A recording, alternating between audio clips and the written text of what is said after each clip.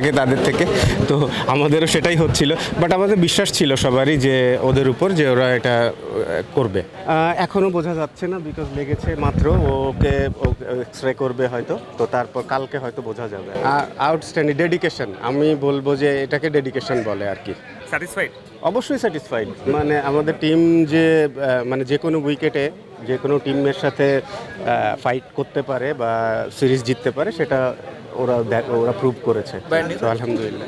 শেষ দিকে রিশাদের যে বোলিংটা একটু ভয় ধরেছিল, ওর উপরে বিশ্বাসটা আপনাদের ছিল কিনা? অবশ্যই বিশ্বাস না থাকলেও বোলিং করতো, কারণ ও মেইন বোলার, তো কখনো কখনো হতে পারে একটু এদিক ওদিক, তো সবারই বিশ্বাস ছিল যে ও এটা করে ফেলবে।